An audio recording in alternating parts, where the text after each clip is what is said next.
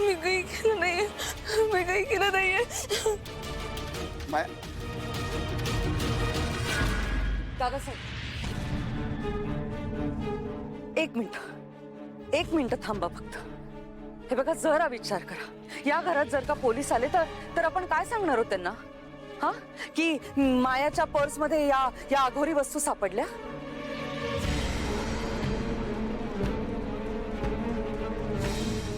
का आमच्या घराबाहेर आपोआप एक खड्डा तयार झाला होता? का वेदाची बाहुली स्वतःहूनच घराबाहेर गेली? काय सांगणार होत?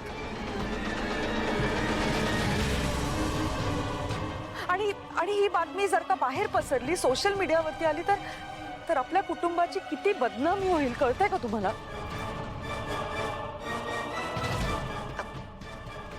बाबा, आई बरोबर म्हणते.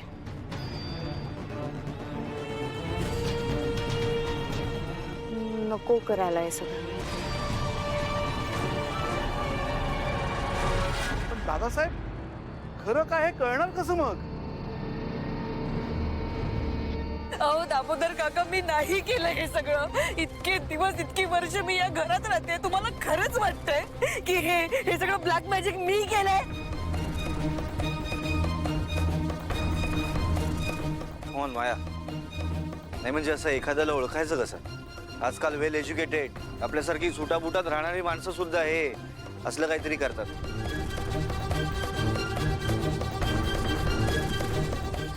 अजित, मी परत सांगते, मला कोणीतरी फसवलंय. मला फसवलंय.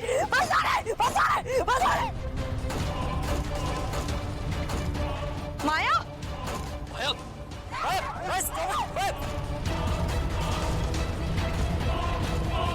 माया, अगं काय करतेस तू? आई, अगं बघ ना, माया.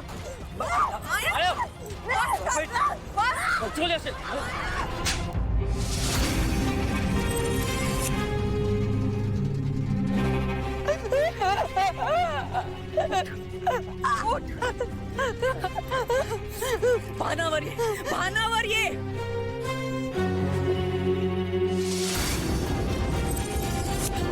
माया, हे सगळं करायची काहीही गरज नव्हती. अहो मग दादासाहेब, मी काय करू? तुम्ही सगळे माझ्यावर संशय घेताय.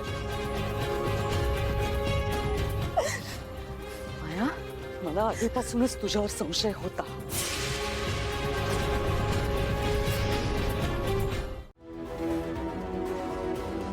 आम्ही सगळे आहोत तुझ्यासोबत.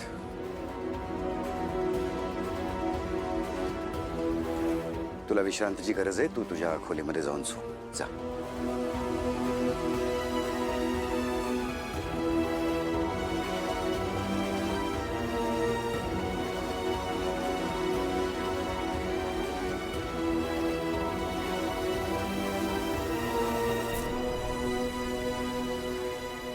मंजिरी, तुझ्या सांगण्यामुळे हा तिढा थोडाफार का होईना सुटला असं वाटतंय.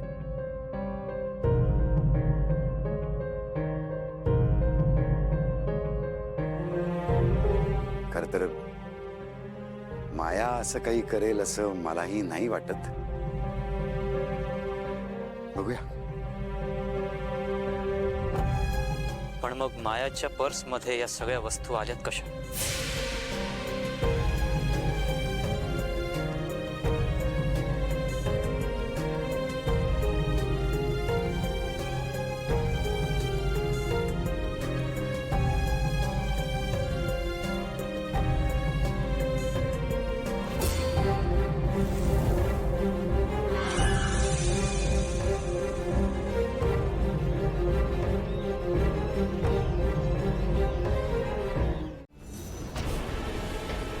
म्हणून मला असं वाटतं की आपण मीराला अजून काही दिवस सावलीकडेच राहू देऊयात.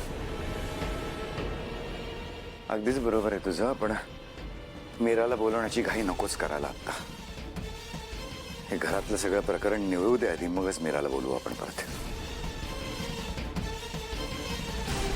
पण बाबा, आपण काहीतरी करायला हवंय. अथर्व, माझ्या ओळखीचे एक स्वामी आहेत, आपण त्यांच्याशी बोलूया. आपण नेमके ते सध्या गेलेत ऋषिकेशला. ते आले परत की आपण या सगळ्याविषयी त्यांच्याशी बोलून घेऊ. दादासाहेब, हे बघा, मी काय म्हणते, आत्ता आपण नको त्यांच्याकडे जायला. कारण आपण त्यांच्याकडे जर का गेलो ना तर नक्की हे प्रकरण बाहेर पडेल. प्लीज.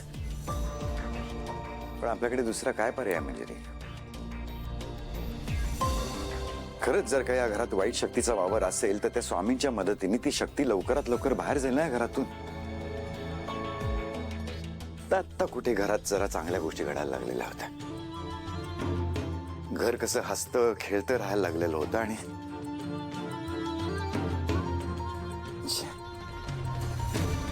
हे असं काही घडलं ना की सगळी मानसिक शांती नष्ट होऊन जाते सगळ्यांचीच. दादासाहेब, तुम्हीच असे खचलात तर आम्ही कोणाकडे बघायचं?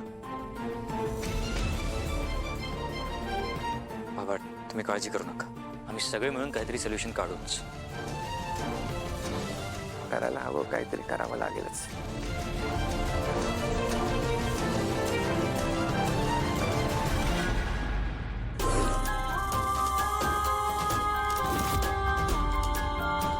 विषाघोर मार्जरीने याला पाचारण केलंय.